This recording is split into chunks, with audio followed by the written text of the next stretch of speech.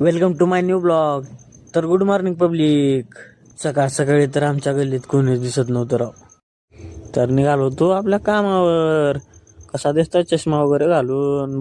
सिद्धू सरांनी घेतले होते गाडी आणि त्याचाच व्हिडिओ बघत बसले होते आबी सर आणि सोहेब सर. गाडी घेतली होती सिद्धू सरांनी आणि पेढे मला आणायला लावले होते. बेकरीवर गेलो, पेढे वगैरे घेऊन लगे वापस ऑफिसकडे गेलो.